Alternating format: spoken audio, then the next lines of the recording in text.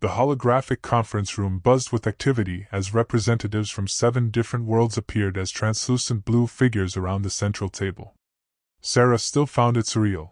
Just months ago, she'd been hiding in subway tunnels, and now she was coordinating interstellar military operations. The Kepler 442b Resistance reports successful strikes against 3 orbital platforms, announced Commander Z.H. Kala, a tall, four-armed being whose people had been fighting the Orcs for nearly a decade. Their ground forces are in full retreat to the southern continent. Excellent news, Sarah replied through the translation matrix that Elena's team had cobbled together from captured Orc technology. What about Proxima Centauri b? The representative from humanity's nearest stellar neighbor, a crystalline entity that communicated through harmonic vibrations, pulsed with what the translation matrix interpreted as satisfaction. The siege of New Geneva has been broken. Orc naval forces fled the system after losing their command ship. Around the table, similar reports continued to pour in. The pattern was becoming clear. Worlds that had seemed helplessly subjugated were throwing off their chains as soon as they realized the Orcs' vulnerabilities. The alien strategy of minimal occupation forces backed by orbital supremacy worked only as long as that supremacy remained uncontested. There's something else, added Dr. Yaxley from the Ross 128b colony. Her people had been among the first to fall to the Orc invasion, nearly 15 years ago. Our xenobiologists have been studying captured Orc technology, and we've discovered something interesting about their reproductive cycle. Sarah leaned forward. Any intelligence about Orc biology could be crucial for planning future operations. They're not indigenous to any of the worlds they've conquered, Dr. Yaxley continued. In fact, our analysis suggests they're not indigenous to this galaxy at all. Their ships, their technology, even their biology, everything shows signs of adaptation to conditions that don't exist in the Milky Way. Refugees? Asked Commander Z.H. Kala. More likely exiles, Dr. Yaxley replied. And if our calculations are correct, they're running out of time. Elena, who had been monitoring the conversation from Earth's command center, spoke up. What kind of time frame are we talking about? Their exotic matter reactors aren't just power sources, Dr. Yaxley explained. They're life support systems. The Orcs need the specific energy frequencies those reactors produce to survive in our galaxy's electromagnetic environment. When we destroyed their dreadnoughts, we didn't just eliminate their military capability. We eliminated their ability to sustain large populations. Sarah felt her pulse quicken. How large are their remaining fleets? Based on long-range sensor data, we estimate approximately 200 capital ships distributed across 17 star systems.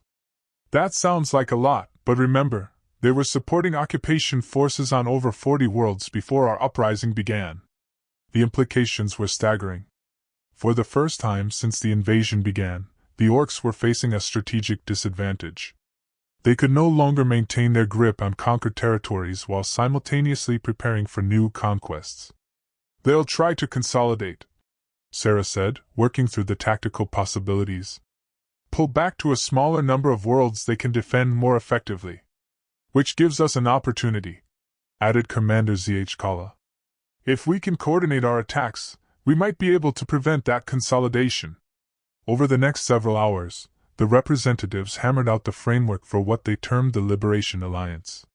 Each world would contribute forces and resources according to their capabilities, while sharing intelligence and coordinating timing for maximum strategic impact. Earth, as the catalyst for the uprising, would serve as the central command and coordination hub. Sarah found herself appointed as Supreme Allied Commander, a responsibility that both thrilled and terrified her. There's one more thing we need to discuss, Elena said as the conference began to wind down. Our long-range sensors have detected something unusual in the Vega system. She brought up a new holographic display showing the star system that had served as the Orcs' primary staging area for their expansion into this region of the galaxy. What Sarah saw made her blood run cold. Hundreds of ships were gathering in orbit around Vega's innermost planet, not just Orc vessels, but massive construction platforms and industrial complexes that dwarfed even the dreadnoughts they'd destroyed. What are we looking at? Sarah asked. We think they're building something, Elena replied. Something big enough to end this uprising permanently. The construct is 12 kilometers long and approximately 4 kilometers in diameter, Dr. Yaxley reported during the emergency strategy session. Our analysis suggests it's some kind of weapon platform, though unlike anything in our databases. Sarah studied the reconnaissance images with growing unease. The massive structure taking shape in the Vega system looked less like a ship and more like a piece of industrial equipment, all angular surfaces and massive energy conduits that pulsed with ominous light. Any idea what it's supposed to do? General Harrison asked. Best guess? It's designed to sterilize entire star systems, Elena replied grimly. The energy signatures we're detecting suggest it could generate focused gamma-ray bursts powerful enough to strip the atmosphere from any world within a dozen light-years. The conference room fell silent as the implications sank in. Even if the Alliance managed to liberate every Orc-occupied world, it wouldn't matter if the aliens could simply destroy those worlds from a safe distance. How long until it's operational? Sarah asked. At their current construction rate, maybe 6 weeks, Elena replied. 8 at the outside.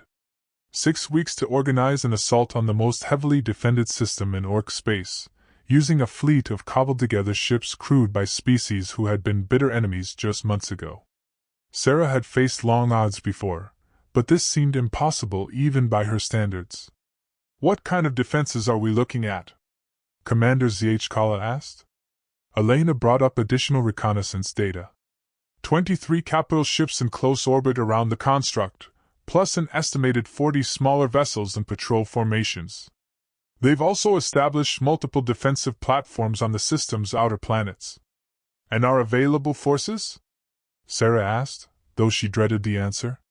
78 ships total across all Alliance worlds, General Harrison reported. Most of them converted civilian vessels with improvised weapons systems. We have maybe a dozen ships that could stand up to Orc capital ships in direct combat. The math was brutally simple. Even if everything went perfectly, they would be outnumbered 3-1 against an enemy fighting in their own heavily fortified system. There might be another option, Dr. Yaxley said quietly. The construct's design includes some interesting vulnerabilities. She manipulated the holographic display to show a cross-section of the massive weapon. Look at these power conduits. The entire system depends on a central fusion core that provides energy for the gamma-ray projectors. If that core were to be destroyed, the whole thing goes up, Sarah finished. But how do we get close enough? Those defenses will shred any attack force long before it reaches the construct. Not necessarily, Elena said, her eyes bright with the same expression Sarah had learned to associate with her most dangerous ideas. What if we don't try to fight our way through the defenses? What are you suggesting? Elena pulled up a new display showing the orbital mechanics of the Vega system. The Orcs chose to build their construct in orbit around Vega Prime, the system's innermost planet. That's strategically sound. The planet's mass provides protection from certain attack vectors, and its proximity to the star gives them unlimited fusion fuel. But, Sarah prompted, but it also means the construct has to maintain a very specific orbital trajectory to avoid falling into the star or drifting too far from its fuel source. If we could somehow disrupt that orbit. Commander Zhkala's forearms gestured in what Sarah had learned was the equivalent of excitement. A gravity well attack! My people used similar tactics against the Orcs during the siege of our inner colonies. Exactly, Elena confirmed. If we could position a sufficient mass in the right location, we could destabilize the construct's orbit and send it spiraling into Vega Prime. Sarah felt her hopes rising for the first time in days. What kind of mass are we talking about? That's the challenging part, Elena admitted. To effect something that large, we need to move an asteroid or small moon into the correct position. And we need to do it without the Orcs noticing until it was too late. The outer system, Dr. Yaxley said suddenly. Vega has an extensive asteroid belt in its outer reaches. If we could capture one of the larger asteroids and use it as a kinetic weapon. Sarah's mind raced through the possibilities. It was ambitious to the point of absurdity, but it might actually work. The Orcs would be focused on defending against a conventional attack on their construct. They wouldn't expect the Alliance to weaponize the star system itself. "How long would it take to move an asteroid into position?" she asked. "Depends on the asteroid," Elena replied. "A small one could be maneuvered into a collision course within a few weeks, but it wouldn't have enough mass to significantly affect the construct's orbit. For something large enough to do the job, we're talking months of careful trajectory adjustments." Which brings us back to the time problem, Harrison pointed out. "The construct will be operational long before we could position an asteroid strike." Sarah stared at the holographic display, willing it to reveal some solution she missed. They needed more time, but there was no way to slow down the Orc construction schedule without launching a direct assault that would certainly fail. Unless... "What if we don't slow down their construction?" she said slowly. "What if we speed it up?" The others looked at her in confusion. "Think about it," Sarah continued, her excitement building. "The construct is being built with salvaged materials from across their empire. If we could disrupt their supply lines, force them to use inferior components or skip quality control measures, the fusion core would become unstable," Elena breathed. "If we could introduce the right kind of sabotage into their construction materials, we could turn their weapon into a bomb." Commander Zhkala finished. For the first time since the reconnaissance reports had come in, Sarah allowed herself to believe they might actually have a chance. "All right," she said, standing up from the conference table. "Here's what we're going to do." The converted cargo ship Resolution drifted silently through the asteroid field, its engines cold, and its hull configured to mimic the electromagnetic signature of space debris.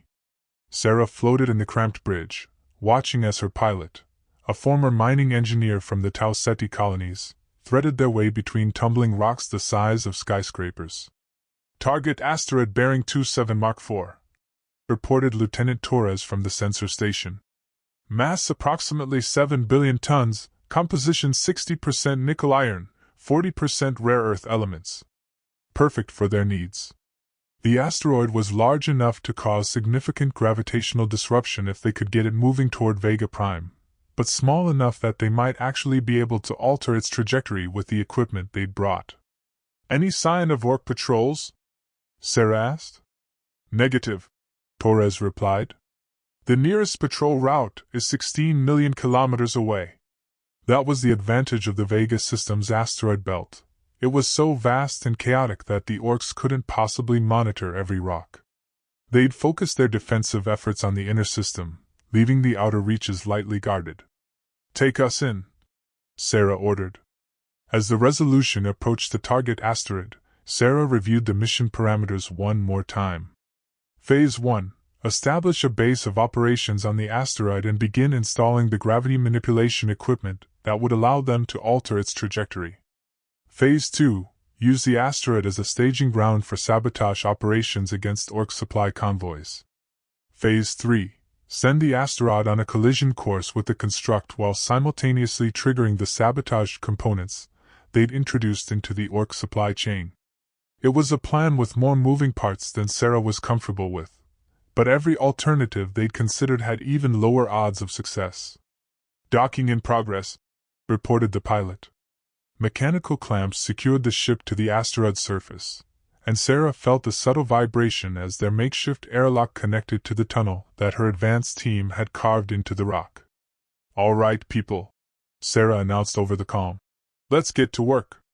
The next 72 hours passed in a blur of intensive labor, as Sarah's team established their hidden base. The asteroid's low gravity made moving equipment easier, but also introduced a host of complications as tools and personnel floated away at the slightest provocation. Dr. Patel's engineering team worked around the clock to install the gravity manipulation array, a network of exotic matter projectors that could create localized distortions in space-time. It was based on technology salvaged from destroyed Orc ships, but modified with improvements that Elena's team had developed during their months of study. "First projector is online," Dr. Patel reported on the third day. "Gravity field is stable and responding to control inputs." Sarah floated over to examine the device, a crystalline structure about the size of a refrigerator that hummed with barely contained energy. It didn't look like much, but according to the calculations, an array of 12 such projectors could gradually accelerate their 7 billion-ton asteroid to collision velocity. "How long until we can begin trajectory adjustment?" she asked. "All projectors should be installed and calibrated within 48 hours," Dr. Patel replied. "After that, we'll need approximately 3 weeks to build up sufficient velocity for impact." 3 weeks. Sarah tried not to think about how much could go wrong in 3 weeks. "Commander," Torres called from the communication station they'd set up near the asteroid's center of mass. "We're receiving a priority transmission from Alliance Command." Sarah made her way to the communication array, moving carefully in the low gravity. The message was encrypted and compressed, but when she decoded it, the news was both encouraging and terrifying. "What is it?" Dr. Patel asked, seeing her expression. "The sabotage campaign is working," Sarah replied. "Alliance teams have successfully contaminated at least 30% of the construction materials being shipped to the Vega system.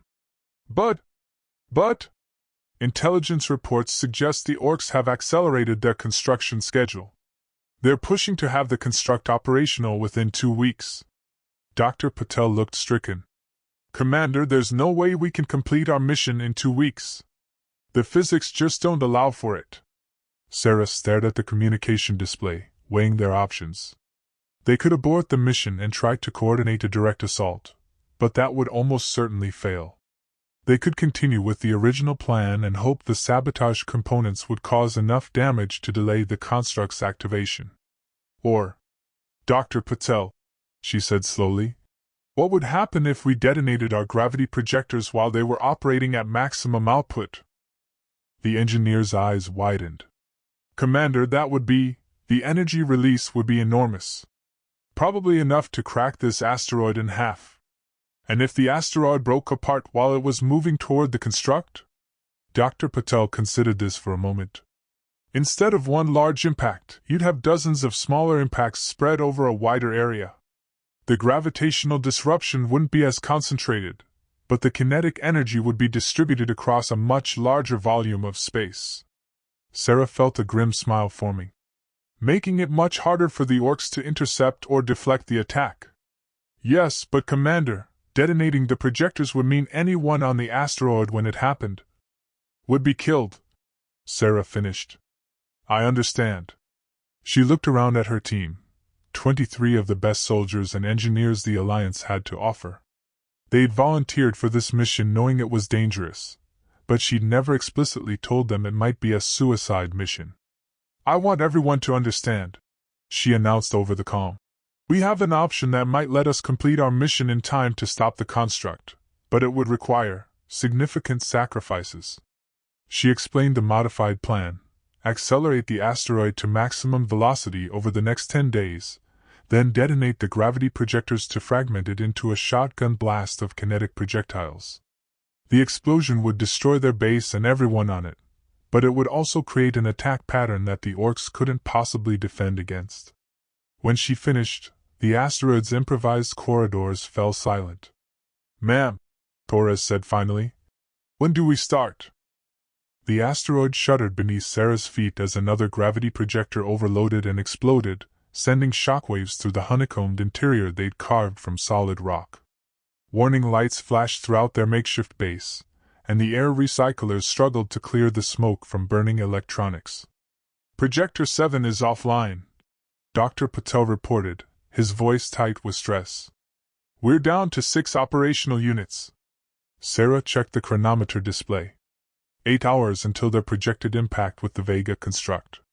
They'd pushed their improvised gravity manipulation system far beyond its design limits, accelerating their 7-billion-ton asteroid to nearly 1% of light speed, fast enough to cross the inner Vega system in a matter of hours. "Can we maintain trajectory with 6 projectors?" Sarah asked. "For now," Dr. Patel replied. "But if we lose another one..." He didn't need to finish.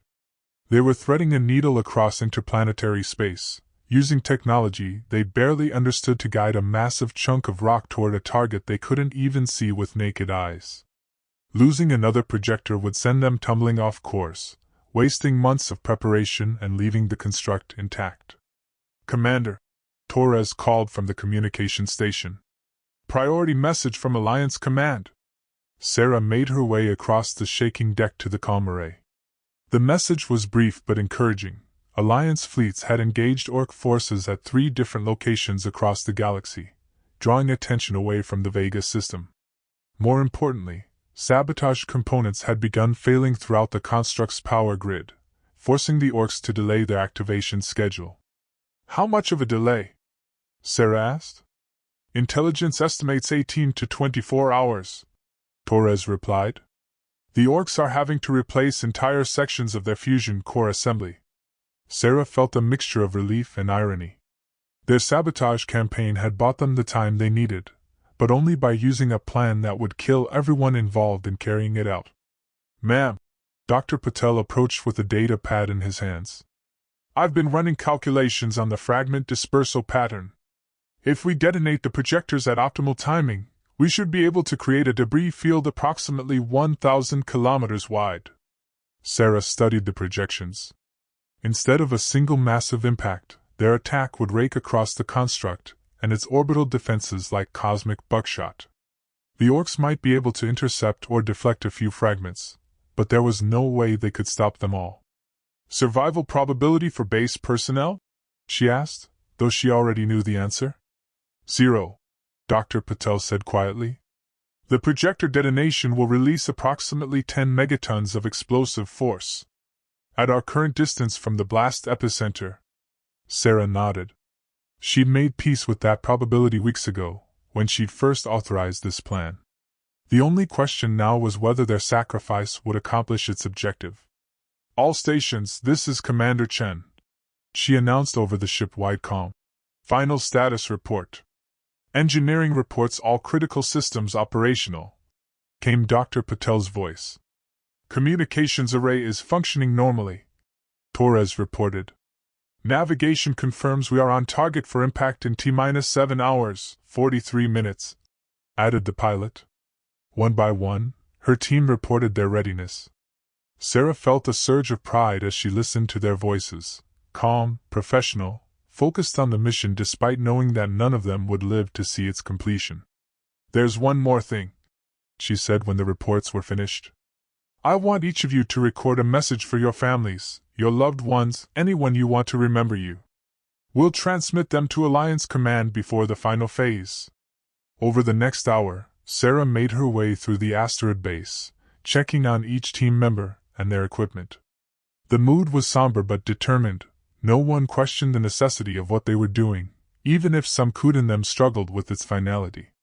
Sarah saved her own message for last, recording it in the privacy of her improvised command center. "Mom, Dad, if you're hearing this, it means our mission was successful," she began, looking into the camera lens that Torres had rigged up for personal recordings. "I know this isn't the retirement from military service you were hoping for, but sometimes the mission requires everything we have to give." She paused, trying to find words for thoughts she never expected to have to express. "I need you to know that these past months, working with the Alliance, fighting alongside people from dozens of different worlds, it's shown me something beautiful about the universe. When faced with extinction, sapient beings don't just fight for survival. They fight for each other, for species they've never met, for principles that transcend the boundaries of biology or technology." Another pause as alarms began sounding throughout the base. They were approaching the inner Vega system, where Orc sensors would soon detect their approach. "I'm not dying for Earth," Sarah continued. "I'm dying for the idea that civilizations should be free to choose their own destinies, that strength shouldn't be used to dominate but to protect. The Orcs never understood that, and it's why they'll lose this war." She reached out and touched the camera lens, as if she could somehow reach through space and time to embrace her parents one more time. "Tell my sister I'm sorry I won't be there to see her kids grow up. Tell them their aunt died fighting monsters so they could live in a universe where monsters don't always win." Sarah ended the recording and initiated the transmission burst that would carry all their final messages back to Alliance Command. Then she settled in to wait for the end, watching as their tiny improvised base hurtled through space toward its appointment with destiny. 6 hours to impact, Dr. Patel announced. All systems nominal. Sarah closed her eyes and tried to imagine what the universe would look like when this was over. The construct destroyed, the Orc fleet scattered, dozens of worlds breathing free air under open skies. It was a future worth dying for. 5 hours to impact. The asteroid base shook again as another gravity projector began showing signs of stress. Warning lights painted the corridors in hellish red, and Sarah could smell the acrid scent of overloaded electronics. 4 hours to impact. Orc patrol ships had detected their approach and were moving to intercept. Sarah watched on long-range sensors as sleek alien vessels adjusted course to investigate the massive object streaking toward their most important installation. 3 hours to impact. The Orc ships were firing now, their plasma cannons carving chunks of rock from the asteroid's surface. But they were too little, too late. Even if they destroyed half the asteroid's mass, the remainder would still carry enough kinetic energy to obliterate the construct. 2 hours to impact. More Orc ships were arriving, including several capital vessels that had broken off from the construct's defensive perimeter. Sarah allowed herself a moment of satisfaction. Their attack was forcing the Orcs to weaken their primary defenses. 1 hour to impact. Dr. Patel began the final preparations for projector detonation. The remaining gravity manipulation devices would overload simultaneously, fragmenting the asteroid and turning it into an unstoppable swarm of kinetic projectiles. 30 minutes to impact. Sarah gathered her team in the command center for their final briefing. Through the external cameras, they could see the construct growing larger ahead of them, a massive artificial structure that looked like a fusion of technology and malevolence. 10 minutes to impact. Beginning projector overload sequence. The asteroid began to vibrate as exotic matter containment fields started to fail in carefully controlled cascades. Sarah felt the deck plates buckling beneath her feet as gravitational stresses tore at the rock around them. 5 minutes to impact. Projector detonation in 30 seconds. Sarah looked around at her team one final time. They stood at their stations with quiet dignity, each focused on their duties even as death approached. "It has been an honor serving with all of you," she said simply. 10 seconds to detonation. The asteroid's interior began to glow with releasing energy as the projectors reached critical overload. 5 seconds. Sarah closed her eyes and thought of blue skies over Earth. 3, 2, 1. The universe turned white. 6 months later. Dr. Elena Vasquez stood on the observation deck of the Alliance battleship Redemption, watching as the last Orc transport ships fled the outer edge of the Sol system. Behind them, they left a solar system finally free of alien occupation for the first time in nearly 4 years. "Final count from Earth Traffic Control," reported Captain Park from the bridge communication station. "Approximately 2 million Orc personnel evacuated from Earth and Mars colonies. No hostile vessels remain in system." Elena nodded, though she felt no particular triumph in the moment. The liberation of Earth had been inevitable once the Vega construct was destroyed. The Orcs' strategic position had become untenable, forcing them to abandon world after world as Alliance forces pressed their advantage. But the cost had been enormous. "Any word from the Kepler 442b expedition?" Elena asked. "Last report came in 3 hours ago," Park replied. "Commander ZH Kala's forces have secured the main Orc shipyards. They estimate it will take at least 6 months to fully clear the system of remaining resistance." The war wasn't over, probably wouldn't be over for years as Alliance forces hunted down the remaining Orc strongholds scattered across the galaxy. But the outcome was no longer in doubt. The alien empire that had seemed unstoppable just a year ago was now in full retreat, their expansion halted and their subject worlds in rebellion. "Dr. Vasquez?" Captain Park's voice brought Elena back to the present. "We're receiving a transmission from Earth. It's General Harrison." Elena made her way to the main communication array, where Harrison's weathered face appeared on the central display. Behind him, she could see the reconstructed command center at Alliance headquarters, the same mountain base where Sarah Chen had first gathered her desperate band of survivors. "Elena," Harrison said, his voice carrying a mixture of exhaustion and satisfaction. I thought you'd want to know. The memorial construction is complete. Elena felt her throat tighten. The memorial had been her idea, a way to honor not just Sarah and her team, but all the Alliance personnel who had died in the liberation campaigns. It was built on the site where the old United Nations building had once stood, before the Orcs had reduced it to rubble. How does it look? She asked. Harrison smiled sadly. See for yourself. The display shifted to show an aerial view of the memorial site. Where once there had been ruins and ash, now stood a soaring spire of crystal and metal that reached toward the sky like a prayer made manifest. At its base, Elena could see the names, thousands of them, representing every species that had fought in the Alliance, every world that had contributed to the victory. Sarah would have hated it, Elena said, tears starting to form in her eyes. She always said memorials should be for the living, not the dead. Maybe, Harrison replied. But I think she would have understood why we built it. People need something to remember, something to remind them that freedom isn't free. Elena studied the memorial for a long moment, thinking about the path that had brought them from those desperate days in the Colorado mountains to this moment of victory. It had been Sarah's refusal to accept defeat that had started everything, her insistence that humanity could fight back even when fighting back seemed impossible. What happens now? Elena asked. Now we rebuild, Harrison said simply. Not just Earth, but all the worlds the Orcs conquered. We help them heal, help them find their own paths forward. And we make sure this never happens again. The defensive alliances?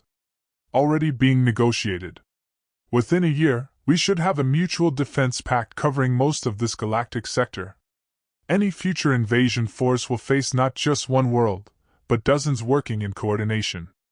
Elena nodded approvingly. It was exactly the kind of long-term thinking that Sarah would have insisted on. Victory in battle was meaningless unless it led to lasting peace. There's one more thing, Harrison continued. The Alliance Council has voted to name the new Interstellar Defense Network after Sarah. The Chin Protocol will ensure that no world ever has to face extinction alone. Elena smiled through her tears.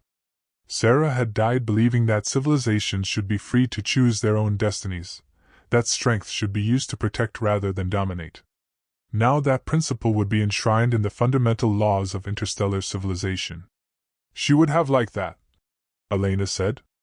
As the communication ended, Elena remained on the observation deck, watching Earth turn slowly beneath them. The planet still bore scars from the invasion, dead zones where Orc weapons had poisoned the soil, cities that would take decades to rebuild, entire ecosystems that might never recover. But life endured. In the ruins of New York, she could see the lights of construction crews working around the clock to restore the city. In orbit, human spacecraft were flying again, carrying supplies and personnel to the growing colonies on Mars and Europa. Children who had spent their early years hiding in bunkers were now playing in parks under open sky. The nightmare was over. The universe was vast and full of wonders, and sapient beings would be free to explore it without fear of conquest and enslavement. It was, Elena thought, exactly the kind of future worth dying for. And in the crystal spire that reached toward the stars, the names of the heroes would endure, a permanent reminder that even in the darkest times, hope could prevail over despair, and courage could triumph over fear. The age of human expansion had begun anew.